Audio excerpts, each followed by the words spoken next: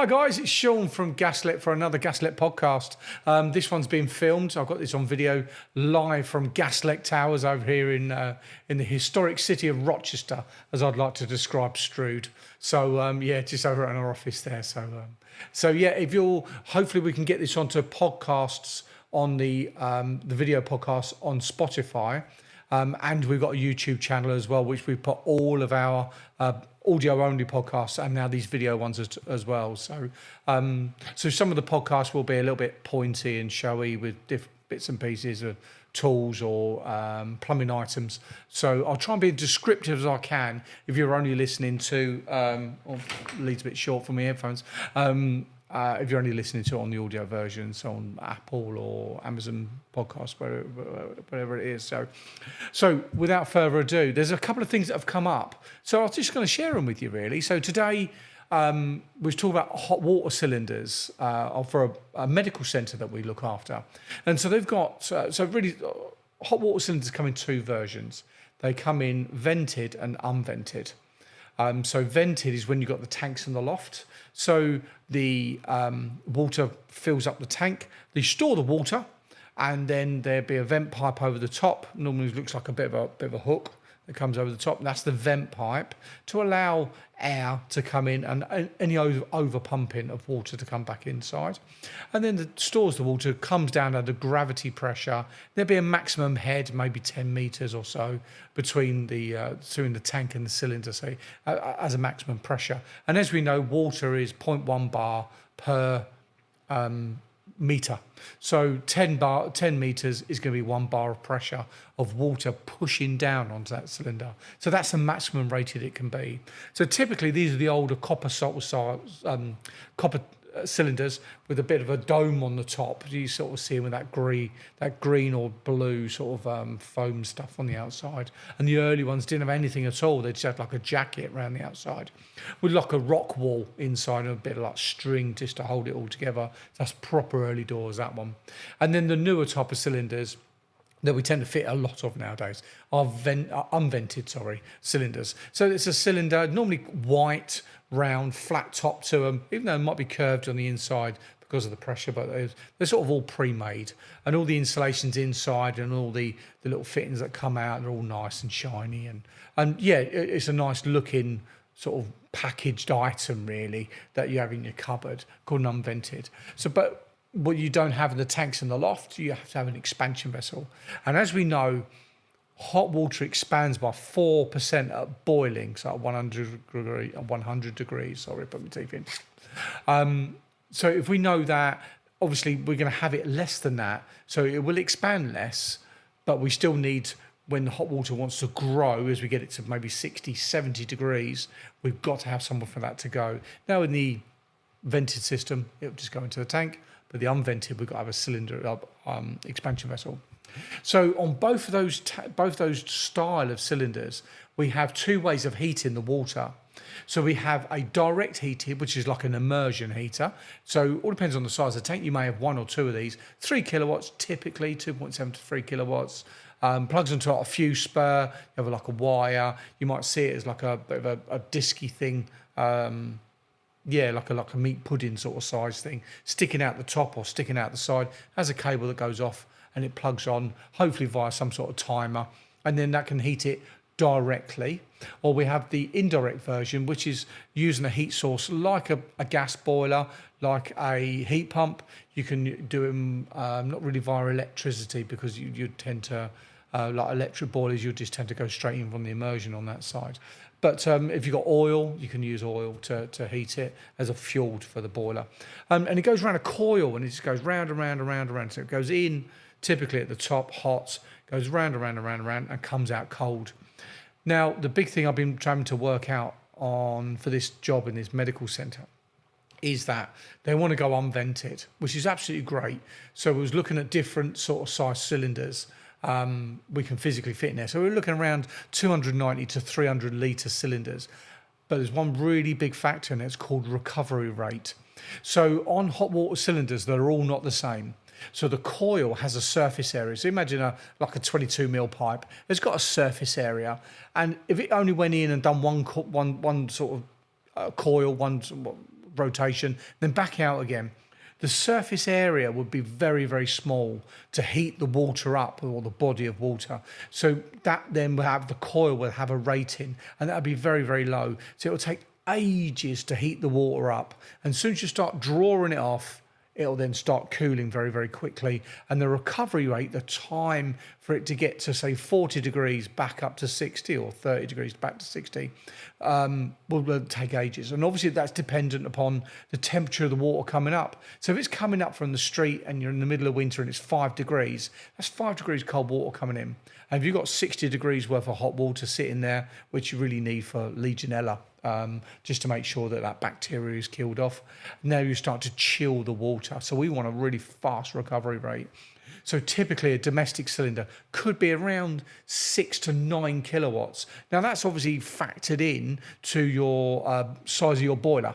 So you've got your heating side and the size, the amount of kilowatts you're going to need for your heating, and then you're going to have how much kilowatts you're going to need for your hot water for the recovery of the hot water cylinder. Now, it doesn't really matter during the evening. If you use if you use it in the morning and you go to work, it can actually recover quite slowly throughout the course of the day, and you won't even notice it. You're coming from work, use the shower, and you've got red hot water. Fantastic, because it's had plenty of time to recover. It's when you go, a 4-person family, or 1, 2, 3, 4, and then it's struggling coming to the 4th person. So you tend to get this, why I've got no hot water left. So there's a couple of ways you can do this. We can either make sure that we've got hot water right at the start of the demand and it's up to temperature, and then we can educate the people in the household to make sure that we're being efficient with the water usage that has come through.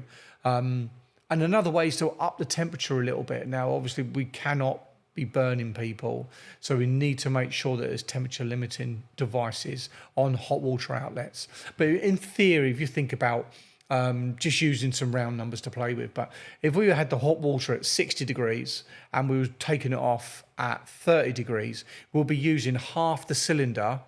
Sorry, we'll be getting 2 cylinders worth of hot water, because we're only using half the temperature. So we'll blend that down. And if cold water was at 0 degrees, for sake of simple maths, that will then give us a 100-litre cylinder will give us technically 200 litres worth of hot water. So if we was to increase that, whatever you're setting it to, around 60 degrees, if we was to bring that up to, say, 65 degrees, then that way that would then expand the amount of hot water that we're storing and that we've got available to us, because we're diluting it down. But the hotter we have the water, the bigger the heat loss we have. So the bigger heat loss through the pipes, through the cylinder itself, through the insulation. If we was to technically have it up to, say, 90 degrees, which is absolutely ridiculous in temperature, but if we was to have it at 90 degrees, the heat loss will be flying out of the pipes, be flying out of the cylinder. So it wouldn't be very efficient to have it at that temperature. But obviously the ultimate way is to increase the size of the cylinder and the amount of water that you store.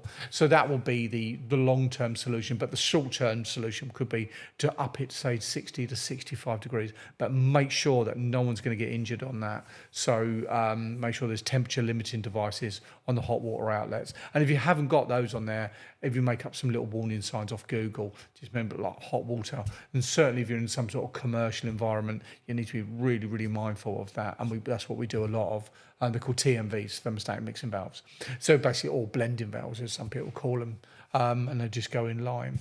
So just looking down at my notes here. So the cylinder, so we're just pricing one up at the moment, and the recovery rate on that's 46 minutes, I think it is, but it's got a 22 kilowatt coil. So coming around, we've got a big commercial boiler there, 80, 90 kilowatts. So it does all the heating, and it comfortably be able to supply that. But so just bear that in mind. If we're ever selecting a hot water cylinder, make sure the coil and the recovery time and rate is going to be suitable for the installation. So I got called out today for when my hot water's on, I'm getting hot radiators. Very common this time of year. People turn the heating on, have the hot water demand, and suddenly they're going, oh, my hive doesn't work, this, that, and the next thing. It does work. It's absolutely fine. It's been working for the last 3-4 years. So what's suddenly changed? I'll tell you what's changed is that the 3-port valve is seized. So I've come along, I took the head off this Grundfos thing, whatever it was, took it off, wiggled the little spindle, it was stuck. So it was all furred up with all the gunk inside the heating system or the iron oxide. It seized it all up. So we haven't been to this customer for about 5 years. So we turns back up again, and since we was there, they've had a boiler fitted by somebody else, hot water cylinder fitted by someone else, the pump's leaking. And the biggest surprise, and this has never happened to me before, so I pulled the spindle out, freed it up, got it all back on, working a treat, absolutely great, not a problem at all. The guy power flushed it about 2 years ago, clearly wasn't that methodical what he did because it's still causing problems. But I took the cylinder stat out. Now this is like a little rectangle box on the side of the cylinder because I couldn't adjust the temperature, so I want to set the temperature correct. As I did that, fortunately the client's son was standing behind me. The thing fell into about 20 pieces. When that was fitted 2 years ago, they put the cylinder stat in, whoever did it, I don't know, I don't care. But it was broken. And then they'd stuffed it into the cylinder and then put the little band around it. It's like a neck curtain band thing. And then I took it out and it just absolutely disintegrated. So we're back there tomorrow to replace the cylinder stat. It just fell apart. I didn't have one in the van. So yeah, we're going to get back and get that done. But yeah, just a bit of a, sorry, hay fever. Just a bit of a bizarre one, that why would you have something that's broken? And what are they, like 20 quid? So not expensive. And you're doing all of that hot water, putting in a new boiler for the customer and putting in a new hot water cylinder. Just put a new, if you've broken it, just replace it. It's no biggie. So yeah, that was a bit of a shock for us today. So I thought I'd share that with you. Yeah, so beginning of the week seems nice and busy at the moment here at Gaslec in Kent. Yeah, we've got some new commercial clients that have come on board, which is fantastic. I was doing some gas work, gas pipe decommissioning in a school on Saturday, out of hours, which is great. No kids about, no worry about smells of gas and burning off and flare and all the rest of it. So we could just get on and do the job without any sort of hindrance. So we did that. That turned out to be just over 0.2 of a cubic metre. There was, I don't know, some about 70 linear meters of gas pipe of various sizes that we had to decommission.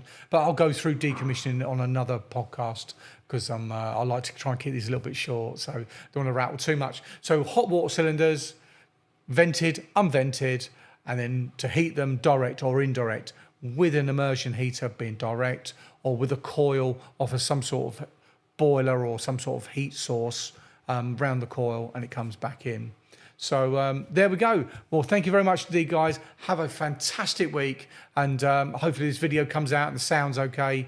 I've got the microphone just to the side, so I'm sort of talking across it. So fingers crossed it all works, and hopefully enjoying the podcast. If you need to, you want to send us an email at podcast@gaslec.net, and Gaslec's, there's the spelling just above me head there on the logo. So send us if you've got any questions, ping them to us. You want to be a guest on the show? We've got another little setup here. We'll come and do it. We'll come and be a guest. If you can give some sort of value to our listeners, not a problem at all. Be more than happy to accommodate you. And we've got the tea and the coffee over there and the squashes, as you can see in the little fridge down there. So we've got all the bits and pieces to look after you as well. You take care, guys. Big love. Bye.